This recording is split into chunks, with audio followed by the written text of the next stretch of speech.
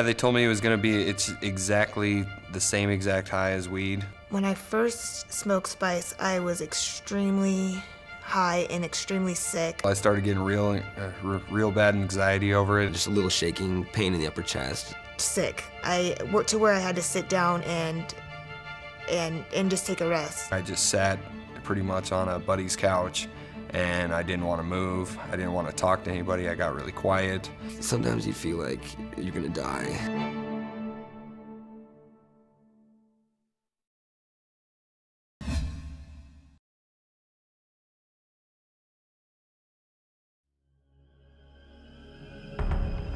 He was 16 years old. It was the first day of summer. First time Scotty drinks, let's do it, why not? Nobody thought about the consequences. The truth is that drinking games are really about getting drunk, and that drunk is about people getting hurt. Thinking of it as a game, as a positive activity when there's all of these negative ramifications or negative consequences. There's such peer pressure. Come on, take another one, take another one, take another one. You know, he did 6, why can't you do 7? Or I did 10, you know, can you do 12? Your inhibitions are lower, so you're more likely to do things that you wouldn't normally do. Falls are common, drownings are common. Unintended pregnancy is a big consequence. Sexual assault. By that time it's gone too far, and either they wind up in the emergency room or worse. I just didn't know that kids drank like that. I would have warned him. Is he breathing? And I miss him.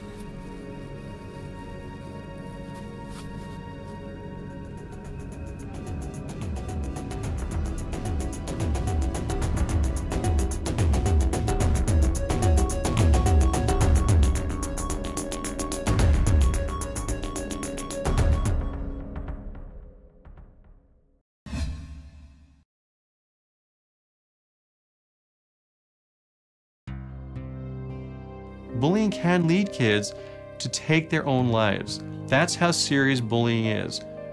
To feel like they were so hated and despised that they shouldn't even be on the earth at all. That's what bullying can make you feel like. Something happens to kids if they're repeatedly tormented, where they kind of begin to feel like they're less socially important. They become more isolated, they become depressed, they become more alone. They really begin to lose any hope that they are part of what other kids have, which is social value. The problem isn't with you.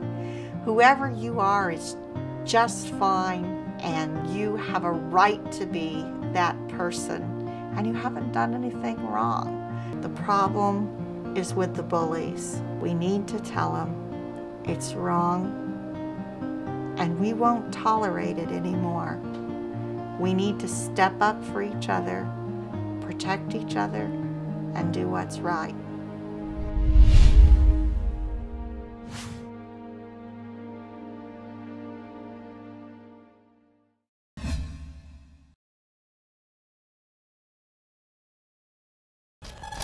Very addictive, very quickly addictive. It is extremely dangerous.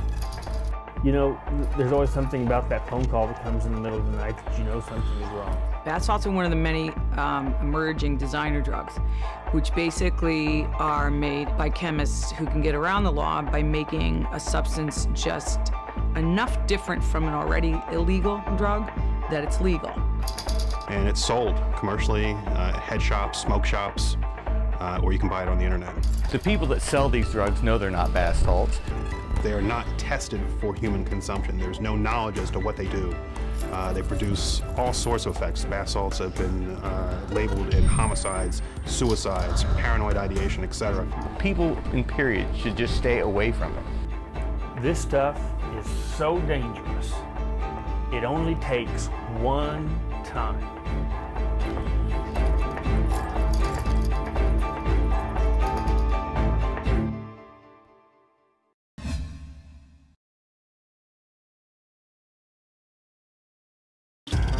Many students experiment with alcohol and other drugs. That's simply a fact. So when does experimentation lead to serious problems?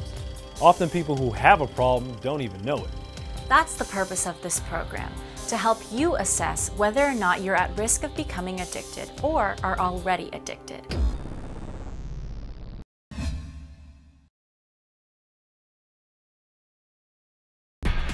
When you have a headache, you take this. When you have an upset stomach, you take that. When you're tired, you take this. They seem clean and safe. They come by way of an authority that we generally trust.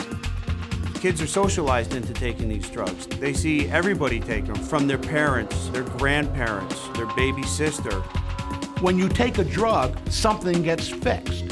It's in every magazine, it's on television every single day. They're there. They're in all our houses. How can they possibly hurt you? Everybody takes them. And that is the fallacy with kids taking prescription drugs.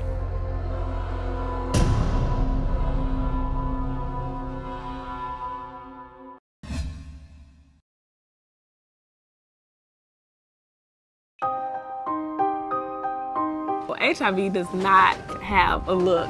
Growing up, I never thought HIV would look like me or anyone I knew for that matter. So I got tested and it came back positive. I just kind of glazed over. I just couldn't really process it. A lot of people, they still don't know the difference between HIV and full-blown AIDS. I want to change that.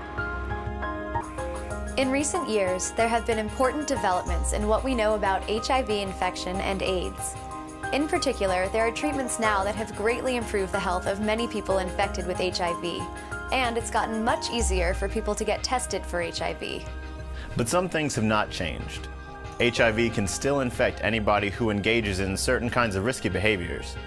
And even though we are better able to treat HIV infection, we still cannot cure it.